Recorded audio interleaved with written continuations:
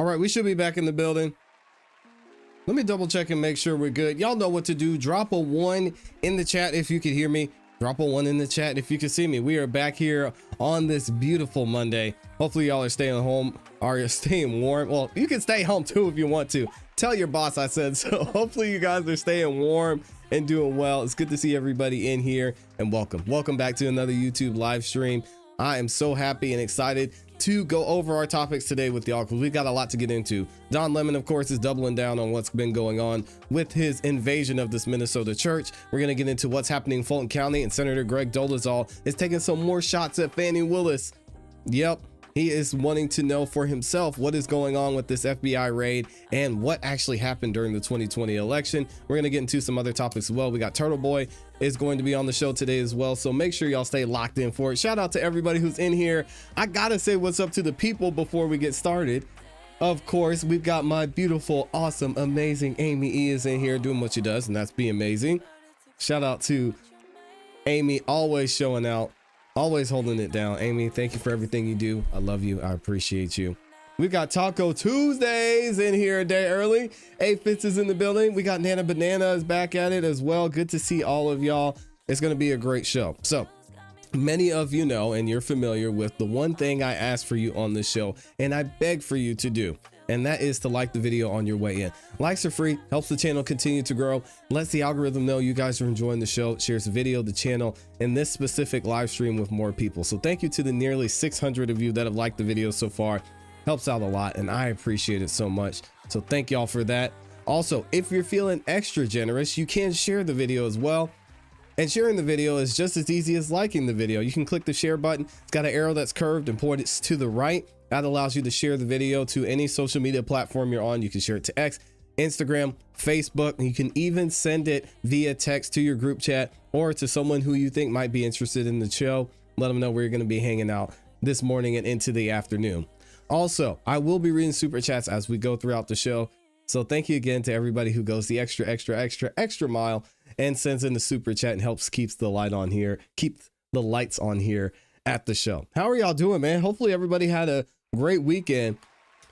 We have been dropping a lot of content, have been busy like crazy. So make sure y'all stay tuned in for it. We're also going to be doing some crazy fun stuff over on the Patreon. So if you haven't signed up for the Patreon yet, the link is in the description. Make sure y'all go over there. We are also streaming on our brand new channel, The Jury of Your Peers. We are looking out for a verdict in this Brendan Banfield case. We covered that. It's being called the au pair love triangle case. So we're waiting for a verdict on that. The jury hasn't decided what's going on. I have a feeling they'll have a verdict today. Brian Banfield is on trial for the murder of his wife and this poor man who was essentially an innocent bystander who came into his house, was allegedly going to meet his wife, and then, you know, he gone. So either way, if y'all haven't checked out that trial, make sure you go watch it. We actually have another trial we are going to cover today over on the Jury of Your Peers channel. I'm thinking about streaming that one. Let me know if this is something you guys are interested in. It is the Georgia versus Edric Faust. Now that case is insane. So essentially this man was stalking and murdered and assaulted this law student, still trying to figure out why. And he is going to be on trial for the murder of that law student. A very tragic situation. And that's something I was looking to maybe covering as well. So I think we'll probably go ahead and start that over on the channel as well. So let me know if that's something you guys are heard of or are interested in. Oh, we're going to go ahead and get started with the show. Again, if y'all could, please make sure you like the video on your way in. I appreciate it, and it helps us out a lot. Now, excuse me. Let me actually get a sip of water because many of y'all know this cough has been kicking my butt, but we're on the lower end of it. So we should be pretty good to go here soon. Thank y'all for the prayers and for the love y'all been showing in the comments as well. I appreciate it. Let's go ahead and get to our first topic. Don Lemon is not backing down from his stance he has taken when it comes to he and the other protesters who invaded this church and launched this attack, these covert operations into disrupting this church service there in St. Paul, Minnesota. Now, we know Don Lemon was arrested last week and he was released on no bail, no bond there. So we're going to be seeing what's going on with his arraignment coming up soon. as well as the others involved. But since Don Lemon's been out, he has doubled down on what he did. We're going to listen to what he had to say in this live stream. I'll leave a link in the description to the full video. Check it out. I was exhausted. Have you ever been like in a situation where you're just exhausted? Well, that's where I am now. In a situation where I'm exhausted. So hi, everybody. I just came on to talk to you. Y'all think, never mind. I was going to make a joke. I'm going to keep it classy. Never mind. Heads and the folks. I haven't even shaved. I'm going to leave it deciding all day whether I'm going to go to the Grammys or not, and talking to people about, I'm just going to be honest with you, what that looks like, because I actually came here to cover it. So, and what happened the other day is not going to move me from my mission. If you're here, you say you guys are all coming in here. Thank you. If you're here, please hit the like and the thumbs up on this, because it affects the algorithm and more people become aware of our channel. So thank you for supporting independent journalism, by the way. I'm putting that up there because it's really, really important at this time.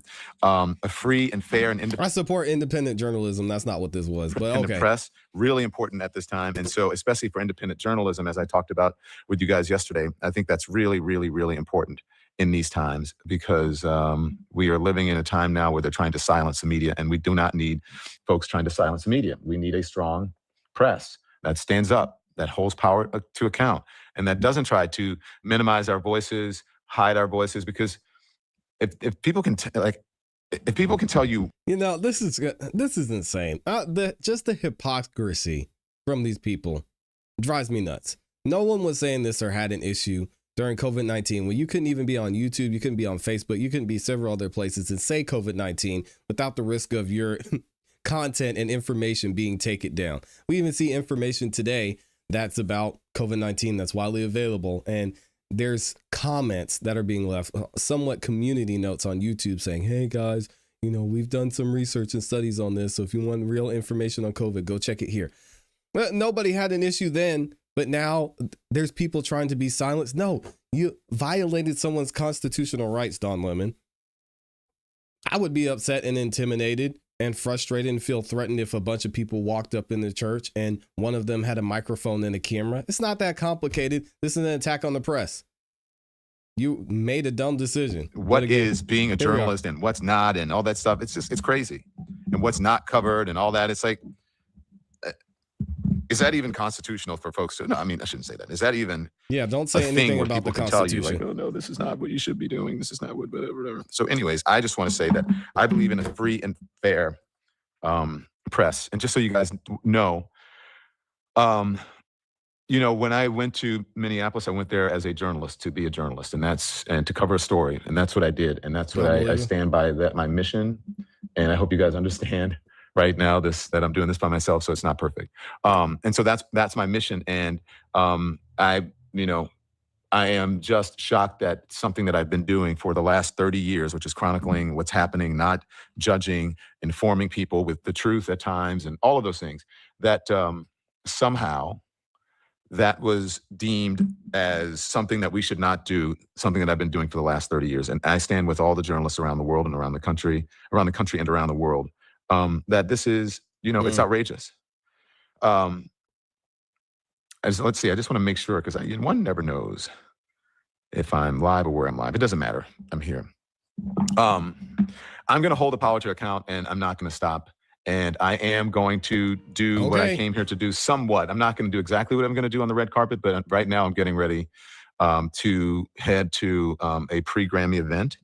And because I do believe that artists are a huge part of keeping our First Amendment, and they're going to be a huge part of moving us along into the future and making sure that we keep our democracy.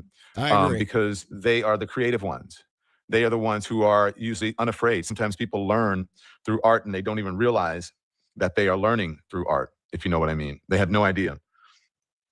The same thing with comedians. Why do you think I'm on tour with D.L. Hughley? Is because people often learn even through comedians. You learn things. What do they say? Sometimes, the truth is often spoken in jest, and I believe that. And I also believe that I don't care where you get your information from, as long as it's accurate. We've been having this conversation about, people have been asking, is Don Lemon still a journalist? Is he a journalist? It's like, what? Fuck you. Yes, of course I'm a journalist. What do you think? All of the 30-some years that I've been doing that I forget overnight, or because I'm on a different platform of some sort, that somehow that usurps the the journalistic credentials that I have, and all of a sudden I'm going to change. No, I haven't. Listen, man, just because you had 30 years of doing something doesn't mean you can make a mistake. And I could use an analogy and an example, but y'all get the point. 30 years of history doesn't mean that you didn't make a major and flawed mistake. And he definitely did.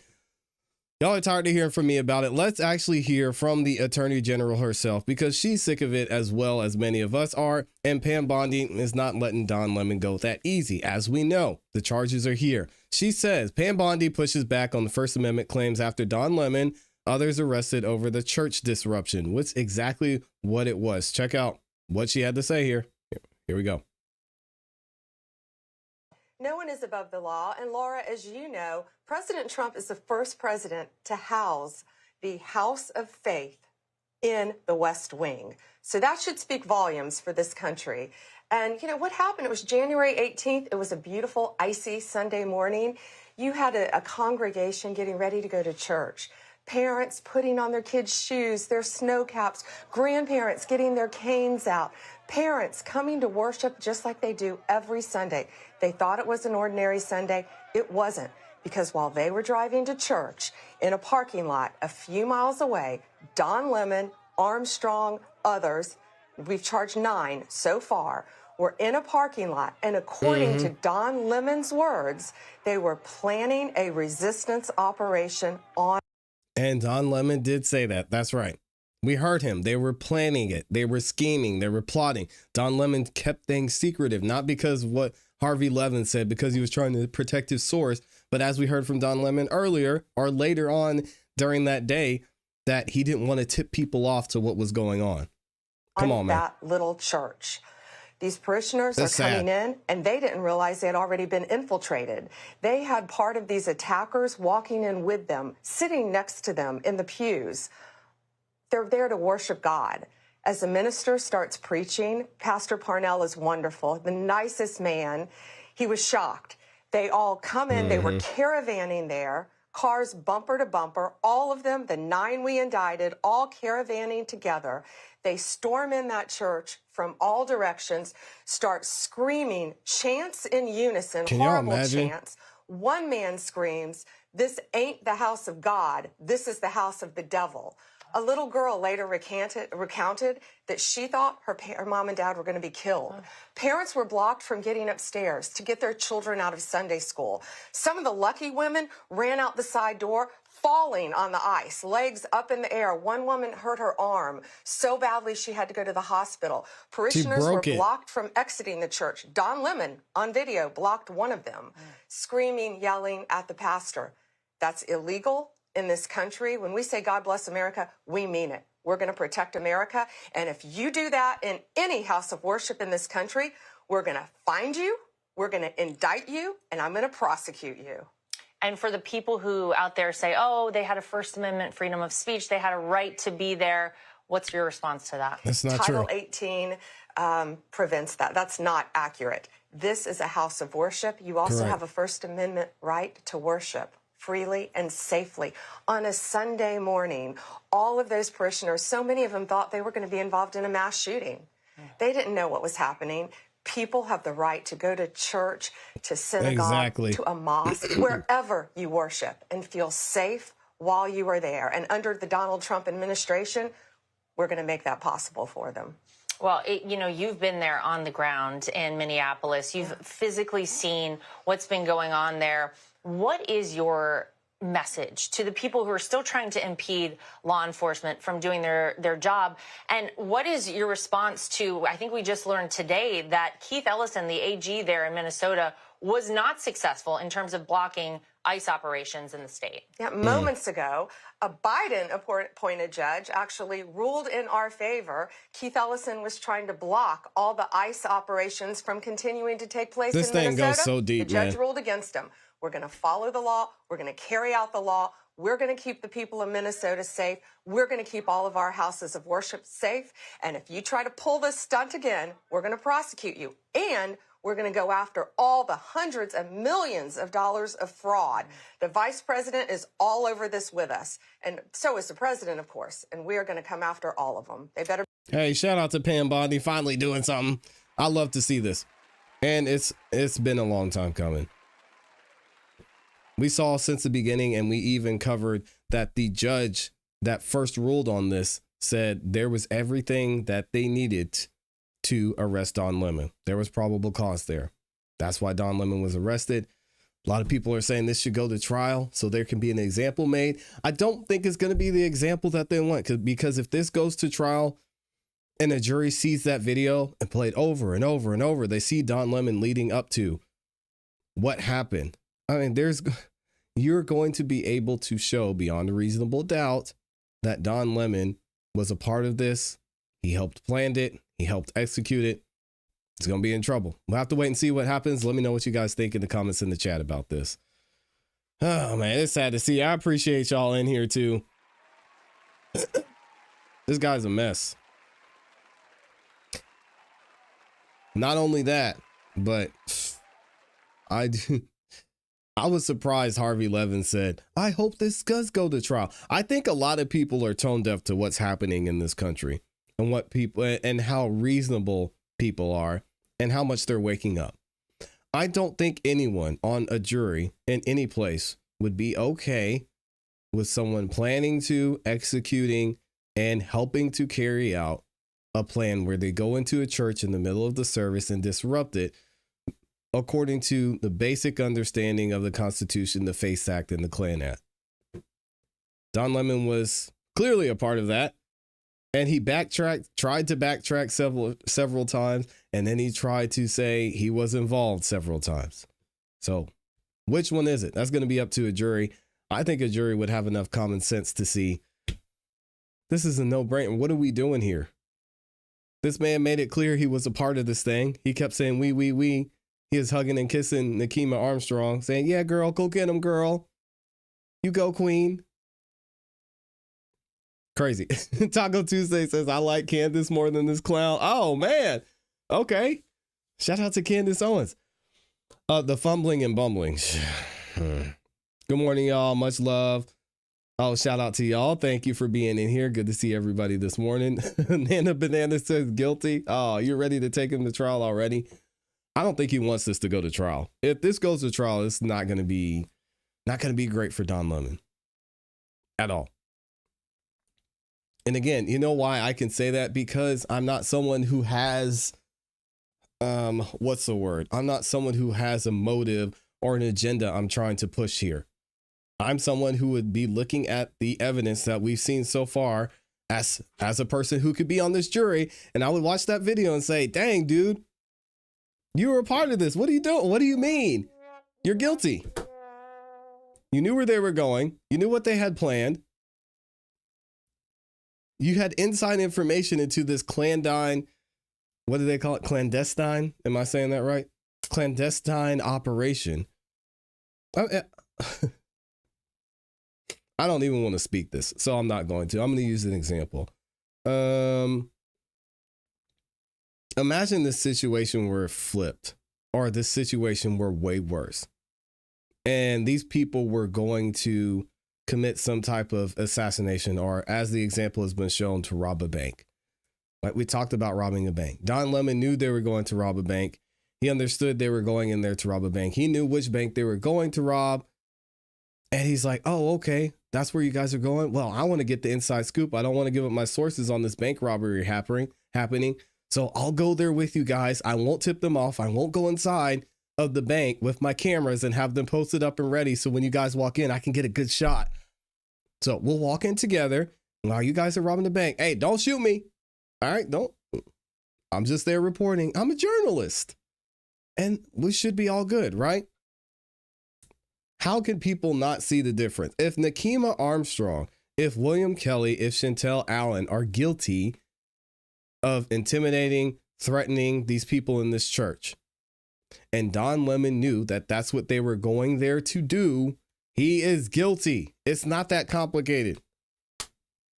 Just like the getaway driver can serve more time or just as much time as the people who commit the crime or a bank robbery.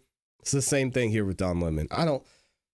Again, I'm not an attorney, so I'll let the attorney handle this conversation for the most part, but I am someone who has been on and could serve on this jury. It's a no-brainer. It's no brainer at this point. Anyway, thank y'all for the love, man. Shout out to all 7,000 of you that are in the building. If you could, please make sure you like the video. Likes are free, guys. It helps us out a lot. And I appreciate all 600 of you that have liked the video so far too. Well, let's get into our next topic here. And I need to switch this up because YouTube is changing some things. We're going to talk about our guy, Turtle Boy.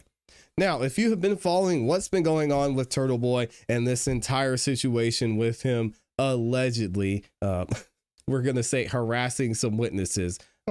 They're calling it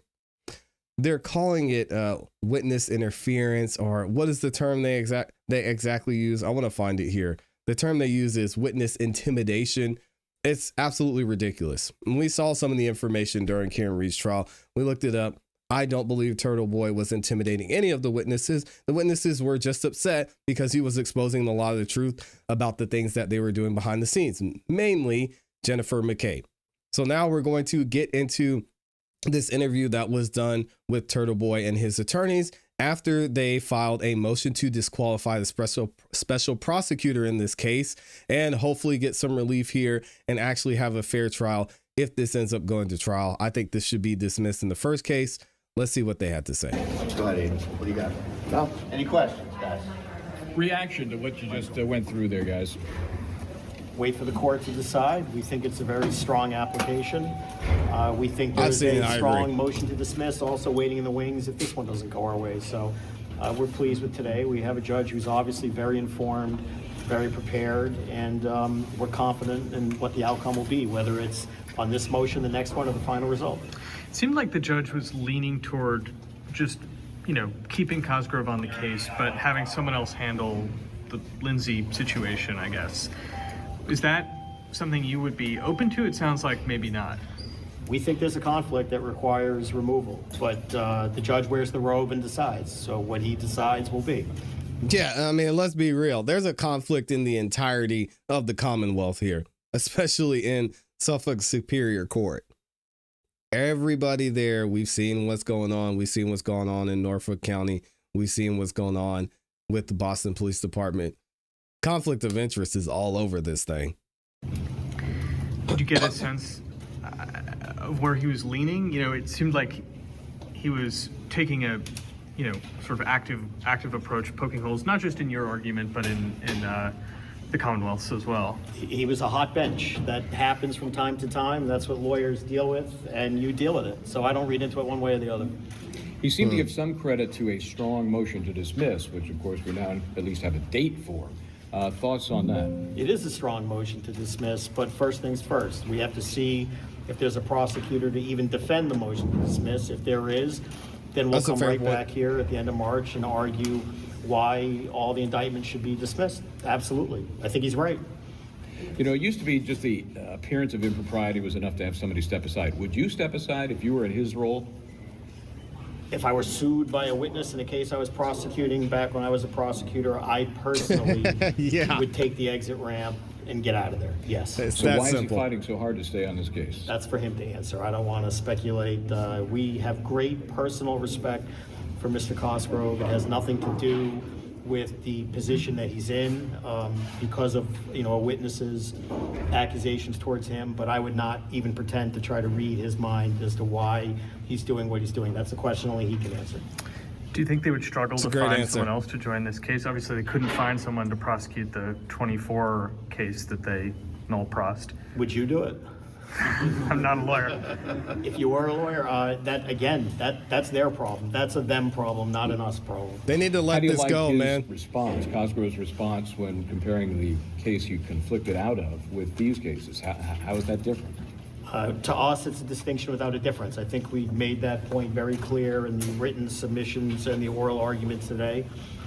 He disagrees, as is his right. That's how litigation works. But for us, if you're being sued by a witness, you shouldn't be examining the witness and summing up on their credibility when that witness has testimony that could impeach other important witnesses. It's just, we don't think it's appropriate, but we don't decide either. What's the case in Middlesex we keep hearing about? Another case? Here we go. There's probably one there too. Anybody else? He did mention that, you're close to, it seems, settling that civil case that you filed, Aiden. How does that impact what's going on here with the conflict and all that? I don't think it impacts it at all, because it's not almost settled with him, and he's the issue here. The court seemed to go into some great detail about the timing of certain events, and Cosgrove came to this late. After all, the fact is, Cosgrove is the one being sued by a potential a witness, perhaps to be cross-examined or directly examined. Yeah, this whole case is a mess. What do you think about the court's distinction they were drawing there and the timing of all these things? I don't know that the timing per se matters. Our issue is that for one reason or another, the prosecutor, the only prosecutor on the case, we believe has a personal interest in discrediting witnesses or a witness who has sued him and defending the credibility of witnesses whose credibility will be attacked by the civil plaintiff. Whether that happened now, before, his personal interest is to restore his integrity, his reputation. Anyone who is sued and accused of things has an interest in discrediting that. How do you do that when acting as a prosecutor? We just don't think that that is appropriate. There's an appearance of a conflict, and we do think it does matter that you cannot look at this in a vacuum. This case is filled with conflicts that long precede Mr. Cosgrove. The state police are involved in the conflict who should have recused themselves. The DA is not involved in this. The former special prosecutor, Ken Mello, was booted off the case for having conflicts with Ms. Gaetani. By the way, Ms. Cosgrove already had another conflict with Ms. Gaetani. I don't think you can look at this in a vacuum. The public confidence matters in a criminal proceeding, and it's flagging right now here. And she's not a potential witness. According to Brian Tully's 911 call on Christmas Eve 2023, he called her a witness, not a potential witness, 4 times. So she was a witness until she wasn't. And in his affidavit, he swore in his search warrant affidavit that she was a potential witness. Not even a potential witness, she was a witness. So, there's no question she's involved in the case. It creates an appearance of impropriety.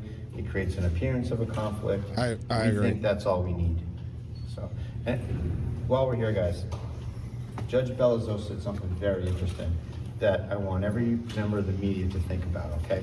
He said that he thought this case should be resolved by a jury, as the conscience of the community, if you will, to decide whether this is a First Amendment issue or not. Now, we think that a journalist, and there's a few journalists here, shouldn't have to go through paying lawyers, risking their future in front of a jury. We think in this Commonwealth that judges should be a bulwark against this stuff. Judges should decide as a preliminary matter, should a journalist, should anyone speaking out, especially against the government, have to go through this to get to a jury trial, to spend hundreds of thousands of dollars, to spend all of this court time, years of court time. Well, we need to get Don Lemon on this. Protected by the First Amendment. Judges in this state need to step up and stop these kinds of prosecutions. This is the most self-interested prosecution, and it's clearly viewpoint discrimination. They didn't like what Aiden was saying, so they went after him. Who else have they ever gone after in this regard? No one ever. So they're turning this statute on its head to go to suppress Aiden's viewpoint. That is wrong. We've always contended the judges in this state should take care of that. He should not have to risk the whims of a jury, the vagaries of the jury system to vindicate the First Amendment. One thing the court did seem confident in is getting this to trial as quickly as possible. What do you take from that, Aiden? If we have to do it, we have to do it. I'm not afraid of a trial. The facts would come out, but we believe it shouldn't come to that because, like my attorney said here, time, money, still being on bail, these are things that no one should have to live with for doing. That's crazy that he's on bail. Shouldn't have gotten this far is our position, guys. And, every judge wants to move the docket, though. Every judge wants to move things along. We're doing our best we can. We're not going to go to trial on this thing until every bit of discovery is in our possession. And there's still a ways to go. That's another battle we have to fight coming up. We're most interested, however, in the motion to dismiss. We want to get that going. And again, this was a case where an actual journalist was doing their job, and then they got harassed by the police department. the police department and the police force there. So again, y'all know we stand with TB. This man should not be facing these accusations. He shouldn't have to deal with this. He's already been arrested. He's already spent time in jail. And as his attorney said, spent hundreds and hundreds of thousands of dollars trying to fight this just for looking for answers.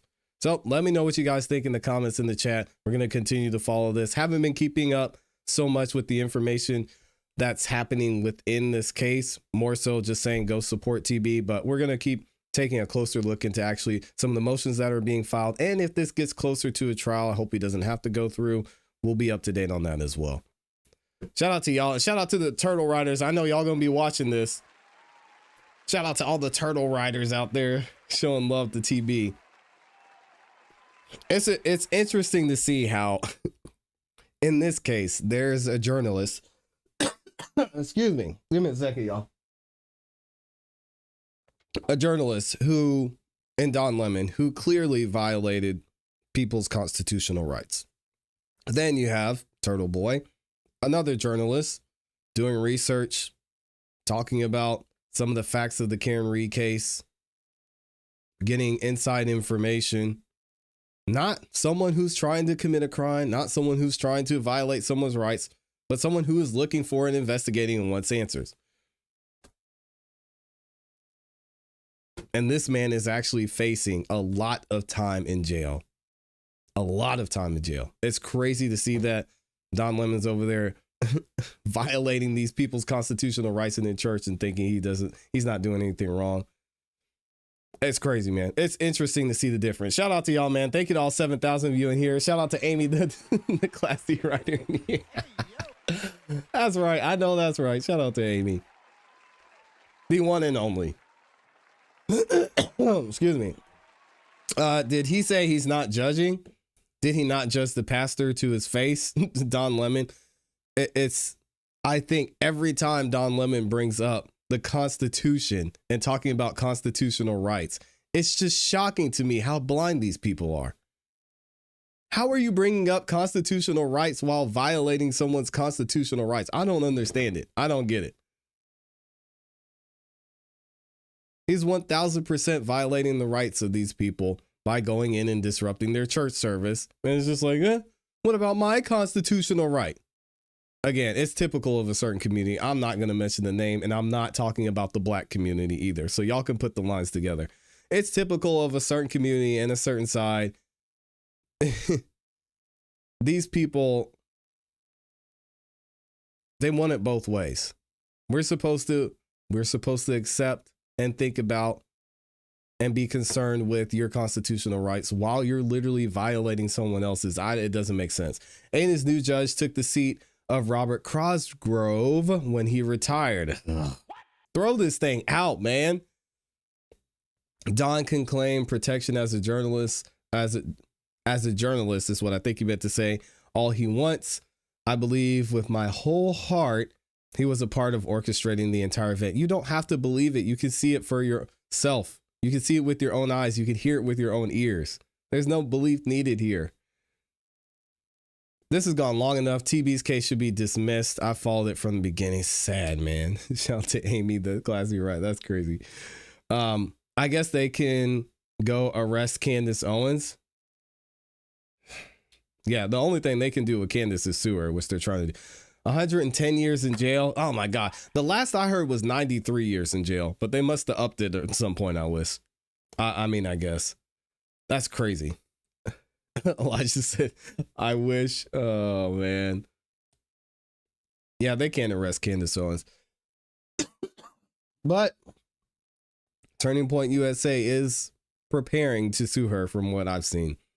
That cease and desist is not a laughing matter. So if we're getting to that point with Candace Owens, then it worries me about this investigation, because if Turning Point is willing to send her a cease and desist, that means, hey, we're ready to see this thing through, and it's time, and we're sick of it, and we're done. So stop whatever you're doing, because the thing that comes after a cease and desist is a lawsuit. And we would assume that they already have everything they need for a lawsuit. So I mean, what's going on here with Turning Point? We'll get into that at a later date. I know y'all are sick of hearing about Candace and Turning Point and Erica Kirk, so we won't do too much on that one. Let me get a little bit more water, and then we'll get to our next topic. Or a charge got dropped. Yeah, maybe. I think it was 93 years. But again, don't quote me on that. If y'all been following TB's case since the beginning, then yeah, that's for sure. Thanks for always being so kind and helpful to us all on this page. Oh, thank y'all for the support, man. Thank you everyone for being in here. Let's get into the next one. This is going to be a fun one for me because y'all know being right here in Fulton County, I am very invested in what's going on in this situation. And as we've seen over the past couple of days and over the past week specifically, the FBI is finally going into Fulton County, going into the election offices, and they have raided the election office and are looking for 700 boxes of ballots. Now, we've got into some of the details about what's going on behind the scenes, why they could potentially be looking at this, and it's 100% about the 2020 election. A lot of Georgia officials are saying Trump should let it go. It's all about his ego. I can't believe he's still talking about this. If that's the case, then just let him get the information he needs, and then he can be proven wrong. Because I don't think this is going to end. Why do y'all think it's not going to end? Because Fani Willis decided to, for whatever reason, charge this man with election interference. Then it was shown that there was nothing to this case. Not only was there nothing to this case, but Fani Willis herself just ruined the entire case by having a relationship with Nathan Wade, amongst many other things. So now we're actually going to hear from a gentleman, Senator Greg Dolezal, someone who you guys have heard on this channel multiple times, and it seems to be the only one who's willing to give Fani some pushback.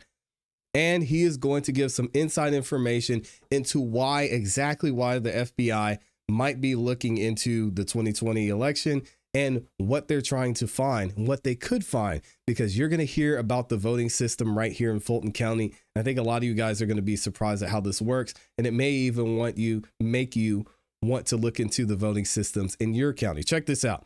So Greg Dolezal said, Georgia voters deserve answers. The Secretary of State's office still has no plan to follow the law and eliminate QR code-based voting. We're going to talk about that in a second. Even worse, DHS warned Georgia 4 years ago, our Dominion voting software needs updates. Nothing has been done. No timeline, no urgency. We'll hear what he had to say. He was at a hearing just last week, and this is what went down. In November of this year, when our voters cast votes, what are we certifying? Are we certifying a ballot that is being tabulated with the QR code or not? The challenge that you have is the Senate, the General Assembly has not funded a single dollar to upgrade the system. So if you do fund, that system, then we could talk about alternatives, but it's not been funded and it's not reflected in the governor's budget. And so we're here reflecting what the governor has, put in here, and pending, some funding from the General Assembly. Listen, I have never seen a county that has so much money but ain't got no money. You will find it here in Fulton County. This shocks me how this is always their excuse. Fani Willis, we can't hire enough people. We don't have enough people. You have Sherrod Pat Labott. Oh, we don't have enough resources. We don't have the manpower. I can't put a plan together to make sure Fulton County's jails are brought up to date. I can't even put a plan together to come up with a plan to give to the Department of Justice. We'll be, we got to do having better. to make this choice come November. In addition to that, when we vote in November and in May, what version of the Dominion software will our machines be running? 5.5. Yeah. For up to June 30th, it'll be 5.5. What about after June 30th? With lack of funding, you'll be faced a choice that we would have to use 5.5 or some other alternative. Lack of funding. There's no funding been put forward by the General Assembly. And just to clarify, 5.5A is the version of the software which CISA and the Department of Homeland Security have the 9 known vulnerabilities that they identified back in 2022. Is that correct? And since that time, now we do the human readable text verification. And when we did the verification of that, we found that there was basically 0 errors with the human readable text. and I believe it was 84 errors with the hand mark. I was just asking to clarify. That's the same version of the I software. was just clarifying also. Was that a yes, that it is the same software version that the Department of Homeland Security identified had those 9 vulnerabilities? That's 55A. I just want to make sure my numbers are correct. We're using the same software because no additional funding has been pinned. He said, this man really said we broke. Hey, listen, we can't afford to buy the new software. So yeah, hey, I get it. You guys found that there were 9 vulnerabilities that may or may not allow someone to tamper with what's going on during these elections. But, you know, we broke. Sorry. We can't buy the new software. So it just is what it is. Yes, that is what you're hearing this man say. Greg Dolezal is not backing down. He has more information. He says we deserve answers about what happened in 2020. Will we get them? We'll have to wait and see. I was one of just 4 Georgia senators who originally called for a special session in the aftermath of the 2020 election. That is a fact. Glad to see the FBI here working to uncover the truth. Good luck to the FBI. So just got word that the FBI is in Atlanta, Georgia, conducting a search warrant at the Fulton County election office. And I've spoken to a number of individuals over the last couple of weeks, have not spoken about this publicly, but who have been called in by the FBI for questioning, and was aware that the FBI was here. Do not have any information what the search warrant is related to, other than Fox News is reporting it is related to the 2020 election. And I'd like to remind you that the reason that some of us, specifically Burt Jones, Brandon Beach, William Ligon, and myself, the first 4 that stood up and called for a special session, because so the legislature could do this back in 2020. I'm glad that we finally will be getting to the bottom of whatever it was that happened in 2020. Thanks to the federal government. Wish that we could have done it much, much earlier. We'll keep you posted on what we know. But the FBI's here, and hopefully we'll get the truth soon. So yeah, hopefully we will. We'll have to wait and see. I don't know if we'll be able to hear exactly what went down, because again, you do have to think about and understand public perception in these cases, and how much information is the FBI going to give with us to say, yeah, so that everything you've heard for the past 5 years has pretty much been a lie. I don't think that's going to happen. We'll have to wait and see. Check this out. Excuse me. Greg Dolezal says again, the most secure election in American history was a lie. Let's talk about 2020 and the issues that remain in Georgia today. Again, this is a clip from another hearing that Greg Dolezal was at, asking a lot of questions about 2020 and bringing this back up because now the FBI is right here in Fulton County trying to figure out what's going on. I want to remind everyone what happened yesterday as it relates to the actual fact pattern of law. Mm-hmm.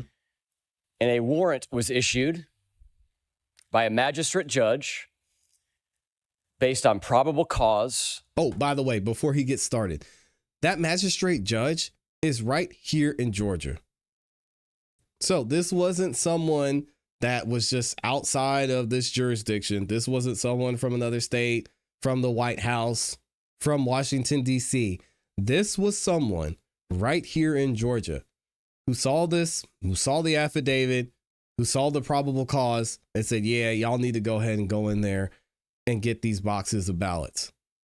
Keep that in mind, because again, this is Georgia's saying there might be something there, guys. Let's let the FBI look at it and do their investigation. That is a very important point. I want to remind everyone what happened yesterday as it relates to the actual fact pattern of law. And a warrant was issued by a magistrate judge based on probable cause after evidence was submitted. Not a Trump-appointed judge, a magistrate judge. That is the way that the law enforcement process works in America. But we have heard repeatedly that everything was perfect with 2020. In fact, I think we probably at this point could trademark the most secure election in American history. What qualifications we use to measure that, I have no idea. But let's go back to what actually happened in 2020 if we're going to have the conversation. Drop boxes invented out of thin air, nowhere in Georgia law. Mobile voting units moving through Fulton County to 80% Democrat precincts, 81% Democrat precincts to be precise. Interesting. Nowhere envisioned in Georgia law. 6.8 million absentee ballot request forms with a first-class stamp sent to every registered voter in the state of Georgia, nowhere envisioned in Georgia law. If you count the same ballots 3 times, in theory, you should get numbers that match. But that didn't happen either. Let's talk about the recount that happened. 3,930 double-scanned ballots in Fulton County alone. Double scan? Thousands of those have been confirmed by the state election board. Governor Kemp actually raised the concerns of the Moncla-Rossi report, and we now know that there were double-scanned ballots. But even after the ballots were double-scanned in Fulton County, did the numbers match on the second recount? Nope. They were still off by 850 ballots. Not one person here can answer the question of how that happened, and that is a legitimate question. We know that ballot images were deleted. We know that test ballots were included in the recount process, and we have that confirmed. But I want to take just a minute and talk about what the Democrats did in response to legitimate questions over the 2020 election. A former constituent of mine, Derek Somerville, former FBI agent, ran data analysis along with another gentleman named Mark Davis.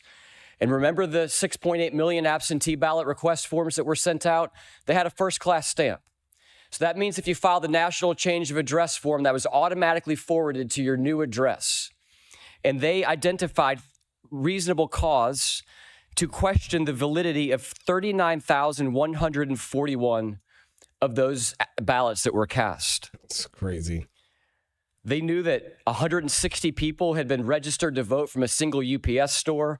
2,138 people had been registered to vote from one church in Fulton County. 1,391 had been registered to vote from a shuttered 1,000 square foot building in Fulton County. Oh, it gets better, guys, because shout out to Greg. He actually went and did the footwork. We're going to finish listening to the segment from him, but he actually went and showed the locations where people were registering to vote. This is going to shock you, so stay tuned. Lest you think Fulton County has cleaned up their voter rolls, today, thousands of people are registered to vote in Fulton County at UPS stores, storage units, pack mails, homeless shelters that haven't been open for over 5 years.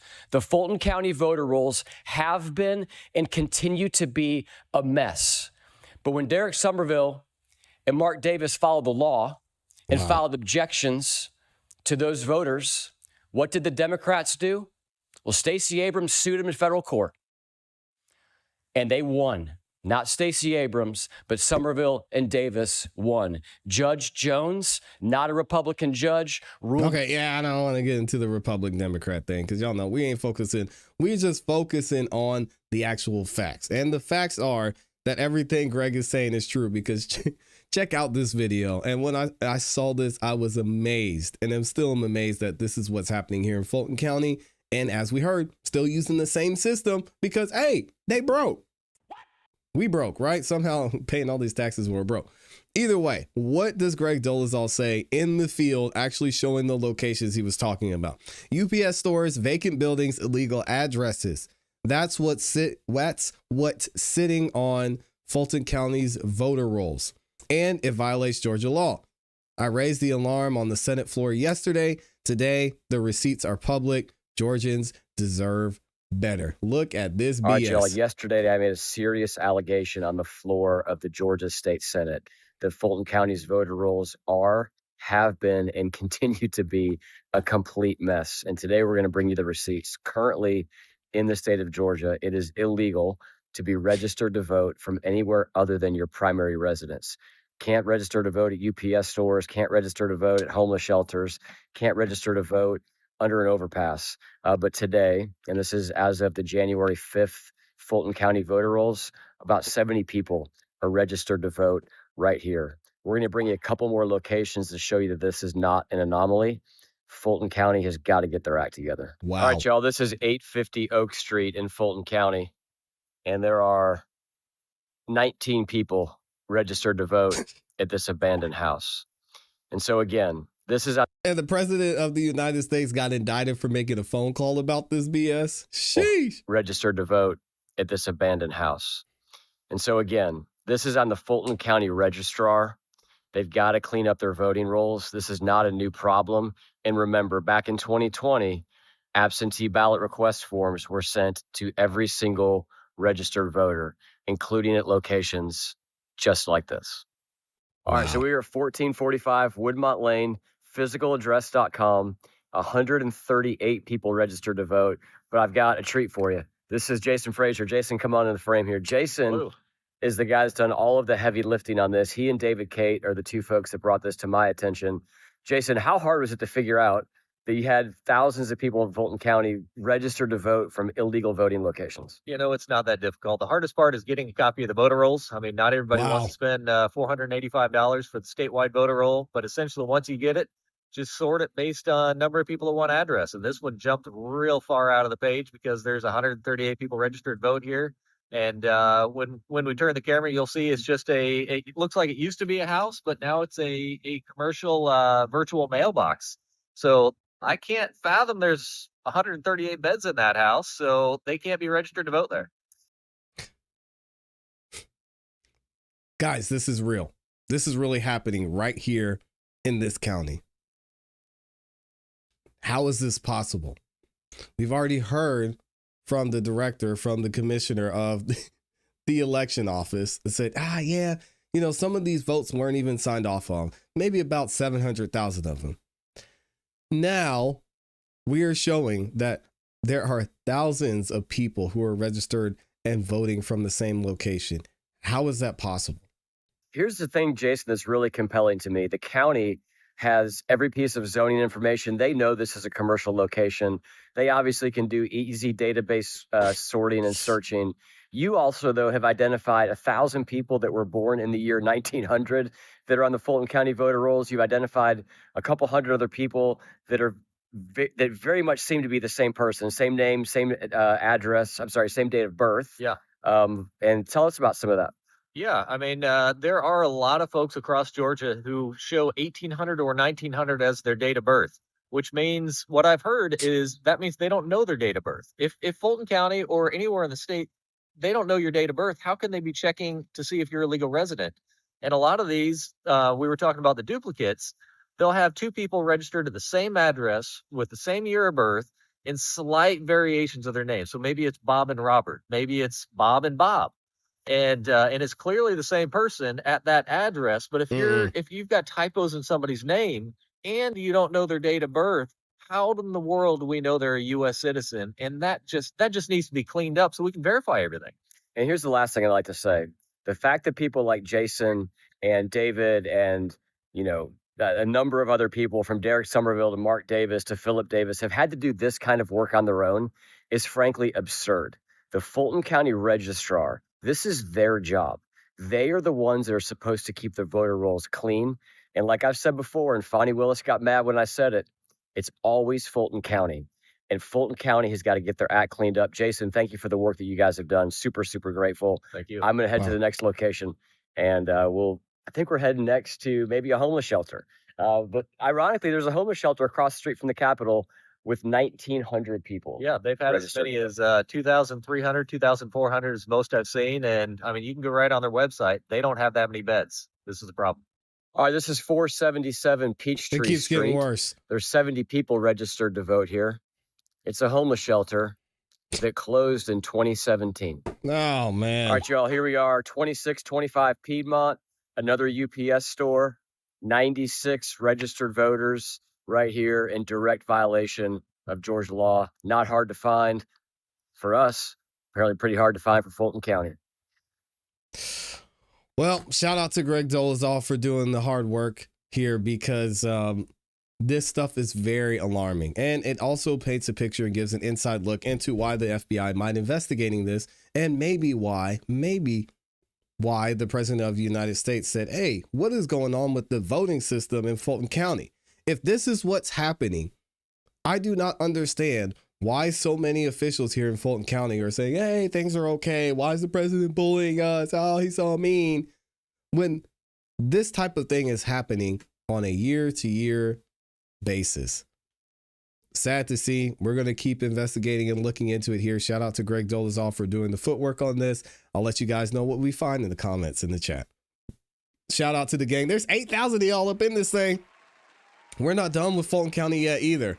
Y'all know I'm right here in Fulton County. We're gonna actually hear from several others on this update. We're gonna hear from Rob Pitts, who's gonna talk about what's been going on and how he is just shook from the FBI looking into what's going on here in Fulton County. I just can't believe this, to be honest. It's this not only disappointing, but it really validates a lot of what we have all thought when it comes to this system, when it comes to voting. And it's the reason a lot of people say, I ain't even voted. Because there's so much that is left in the hands of people and not the people who are the ones that are wanting to decide and let their voice be heard. It's sad, man. It's sad. And then Fannie Willis wants to say the president was the one who was interfering with the election. It's not looking like that. Fannie is behind all of this. See what you did there. I see what you did there. Shout out to CPE. Dropped a 10 bomb over on the Cash App. Thank you, CPE, for the love. What does he say? He probably didn't say anything. CPE he sent a period. Dropped the 10 bomb. Thank you, CPE, for supporting the show. He's always there in the shadows, in the clouds, watching the show and supporting. Thank you for the love, my friend. Thank you for dropping the 10 bomb on the Cash App. We've got another segment we're going to get into. We're not done with Fulton County yet, so y'all make sure you stick around. Darn fake voters, says Mr. Brown. Yeah, it's wild out here. Because, man, as we stated before, we have heard a lot of outrage from the officials here in Fulton County when it comes to the FBI raiding the elections office. But as we heard from Senator Greg Dolezal, who actually went into the field and showed locations where hundreds and thousands of people were registered, that there couldn't have been that many people registered to vote at that location. There is something here, and there's a reason that the FBI is looking into this. There's a reason that a magistrate judge here in Georgia signed off on the FBI's warrant. So now we're going to hear from across the country. We're actually going to hear from Letitia James into what's going on here. Of course, we know she has it out for the president of the United States and vice versa. And then we'll hear from some of our local officials, specifically Rob Pitts, who was in charge of the election at that time. Check this out. This week, an unprecedented raid unfolded in Georgia when the FBI carried out a search warrant Wednesday at an election center in Fulton County seeking 2020 in-person and absentee ballots, tabulator tapes, and voter rolls. And while agents loaded up boxes with these materials, photographs showed Tulsi Gabbard, the director of national intelligence, in other words, the United States' top spy leader, was on the scene speaking on the phone. Her unexplained presence and this escalation in the Trump administration's efforts to access states' voter rolls is raising alarms across the country. Two sources told MS Now the FBI boss in charge of the Atlanta field office was ousted earlier this month after expressing concerns about the probe into Fulton County's 2020 election results. New York Attorney General Letitia James spoke with our colleague Eugene Daniels in an exclusive interview in which he asked James what she thinks the Fulton County search is really all about. Listen. It's about violence. It's about terror. It's about fear. It's about, questioning our institutions, the right to vote. And it's about the midterms, all of that. And more. And so it's critically important that individuals understand that what they are trying to do is sow mistrust in our institutions and our political. Hey, listen, we don't already trust them. We've seen too much here in Fulton County, Letitia. So again, shout out to the president for trying to uncover the truth, allegedly. But we've seen enough. We've seen enough to know that we can't trust this system. Let's be institutions, and we will just not allow it. Our friends George Conway and Jelani Cobb are still here at the table with us. Jelani, was anything missing from the list that you heard Tish James spell out there? Oh, yeah. I think it's to facilitate future incursions into voting. Okay. Yeah, I don't want to hear from these people. Let's hear from our own folks right here in Fulton County and what they had to say about what's going on and the crying, because everyone's saying it's intimidation. Is there something there? Seems like there is. And you can spend $400, $500 to find out exactly what the flaws may be in this system. Greg Dolezal even exposed it during the hearing. that they're still using the same software where nine flaws were found in the software used for people to vote. That's something. And some breaking news right now at noon. Fulton County leaders firing back after hundreds of boxes at the elections hub were seized by the FBI. The search in connection to that investigation into Georgia's 2020 presidential election results. Fulton County officials say the FBI made a surprise execution of a criminal search warrant swarming the elections hub for nearly 8 hours. We have team coverage for you this afternoon. Atlanta News First, Patrick Quinn joins us now live from Fulton County, where we just heard from county leaders. Patrick, they took 700 boxes of documents, including sensitive information. That's right. And Chairman Rob Pitts here in Fulton County with some strong words for the federal government, some strong words against President Donald Trump. He was joined by Sherry Allen. She's the Elections Board chair here in Fulton County, as well as the county attorney. There's a lot of follow-up we're looking into about what exactly happened yesterday at Union City at the elections hub, those 700 boxes taken. Now, Fulton County today, they said that they did comply with the FBI. They said it strategically was the right move for the county, but as of right now, they don't know where these documents are, and they don't know exactly what was taken. That's the concern from Fulton County leaders is where are these documents and what will they be used for? They did say today that they are considering hiring outside legal counsel to see what legal measures they can take now to get those documents back, or at least be a part of the surveillance of these documents. Take a listen to what Chairman Rob Pitts just said. Again, strong words for the federal government with a direct rebuke to President Donald Trump.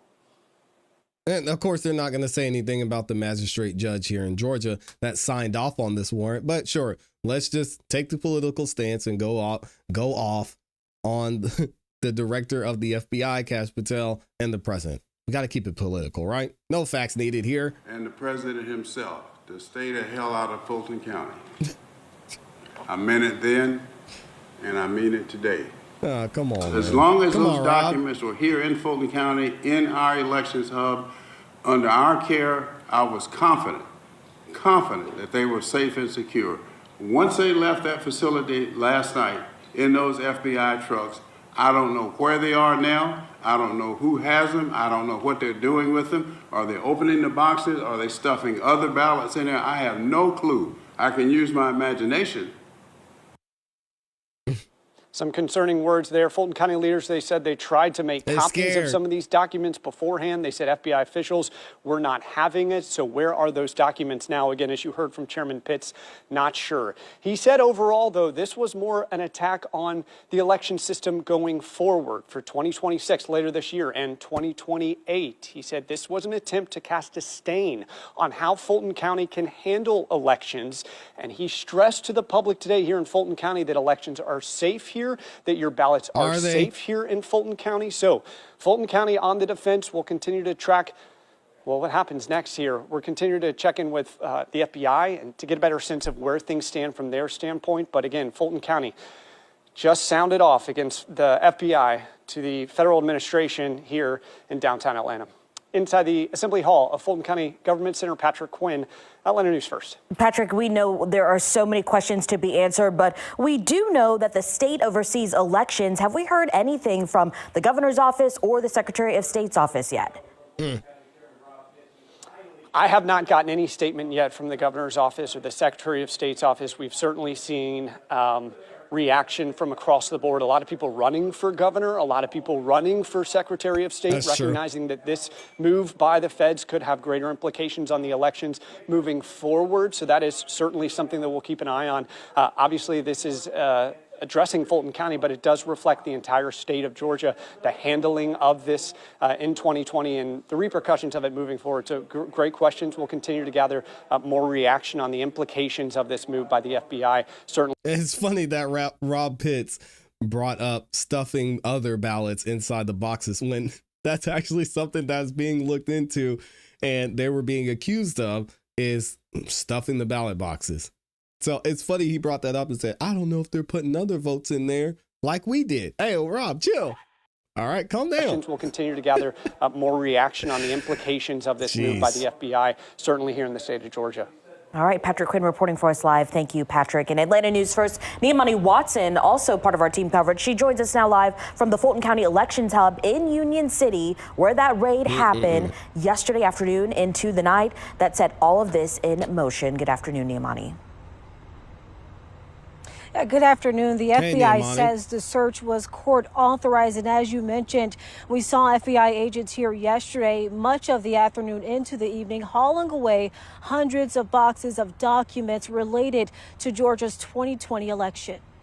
FBI agents were seen securing the area around the large warehouse at the Fulton County Elections Hub in Union City, loading boxes from the building into trucks. An FBI spokesperson says the boxes contained 2020 election ballots, receipts from the scanners used to tally the ballots, and voter rolls. This is just unacceptable, and we are following the law, but we will defend Fulton County votes at all costs. Fulton County commissioners They were expressing scared. outrage. This is meant to make people afraid to go to the polls because midterm elections are going to be so crucial to course correcting what is going on in our country. The search centers around President Donald Trump's claims that the 2020 election was stolen from him. The FBI co-deputy director and the U.S. Director of National Intelligence were also seen at the election center during the raid. The Department of Justice and several groups in Georgia, including the State Elections Board, have sued Fulton County to get access to the documents. I think the FBI is going to do their job, and I think it's about time that that people have answers. Good for her. Yeah, it is. We want answers. Now, some Republican lawmakers also took to social media yesterday praising the raid. We also reached out to the FBI today to try and get more details about the raid and what they plan to do with those documents. But a spokesperson responded saying they have no further comment at this time. Now, we heard that the documents were supposed to be under seal, according to some of the officials and according to a judge's ruling. So what I am trying to figure out and still doing some research on is if the FBI is just taking this evidence and holding it, and then they will get an instruction, they'll get an order that they're allowed to open it, look into it, see what's going on, or the FBI is just taking it and they get to do whatever they want. Would have to see what the warrant says. We haven't been able to obtain that just yet, but stay tuned, you guys. We're going to keep you up to date on what's going on here because, again, there is something there. We've seen this play out with the entire election interference case, with the president making the phone call during the election. So the FBI is there for a reason in this specific case. And it seems like a lot of these officials here in Fulton County are worried. We'll have to see how this plays out. Shout out to the gang. Thank y'all again for the love. Shout out to CPE for the 10 bomb over on Cash App. I appreciate you, man. You know they are guilty when they blame others for what they have done. Yeah, maybe they're stuffing other ballots in there. I don't know. That's like your mom being like, if I go in your room, all right, and I find a bag of chips in there after I told you not to eat snacks in your room, I don't want to hear it. You're in trouble. Your mom comes out of the room. She's holding the bag of chips. You say, hey, Mom, listen, I don't know where that bag of chips from. Maybe you put it there. Maybe you brought the bag of chips in there with you. Didn't you, Mom? Why you trying to set me up, Mom? I wasn't eating in my room. That sounds like exactly what Rob Pitts is doing. I don't know. Maybe they're going to stuff other ballots in there. Rob, chill. Just stop. Stop talking. Don't the ballots match machine ballots? Nope. There were over 700,000 ballots that had issues with them. We won't get into the details here. We've addressed it in other videos. It's not looking good. Not looking good at all. We'll have to see what happens there. City of Atlanta is on fire right now. The feds is going on fire. Yep. You think Rudy G will get his money back from the defamation case with the suitcase ladies? I'm not sure what that means. Oh, Rudy Giuliani and the women. Yes, we talked about them. The mother and the daughter who got awards from President Joe Biden. No. I don't think so. Unfortunately. Now, could the case be thrown out? Maybe. But, man, he gave up all of his watches. He gave up tons of cash. Rudy has been somewhat silent on this, other than a tweet that he posted the day we found out what was going on with the ballots, and he said, "Told you." So we'll have to see if anything happens behind the scenes. But I think they took his license, didn't they? I think they took Rudy Giuliani's law license. Let me see if I can find it. Law license. I mean, they did all of that. Rudy Giuliani is officially disbarred in both New York and Washington, D.C. as of late 2024, following his efforts to overturn the 2020 presidential election. They took everything from this man. Good Lord. So he got disbarred a couple years ago. I remembered hearing that. Man, if they find something here, Rudy needs to have a field day on these folks. All right, y'all, we're going to get up out of here. Thank you to everybody who supported. We got over 8,000 of you in here, and nearly all of you have liked the video. If y'all could, please like the video on your way out. Subscribe, hit the notification bell if you haven't yet. Thank you to CPE for supporting and dropping the 10 the bomb on the Cash App. Thank you for my beautiful, awesome, amazing Amy E for the support. We're going to be back here tomorrow. Y'all know tomorrow morning we will have another great show for you. So make sure you stay locked in. We're dropping some videos throughout the afternoon, so you don't want to miss out on that as well. I hope y'all have a great rest of your afternoon. We'll be live this evening too. So make sure you tune in for that. And as always, you know what to do. Keep growing, keep pushing, keep it classy. We going, y'all. Peace. Woo. Fulton County got to get it together, man.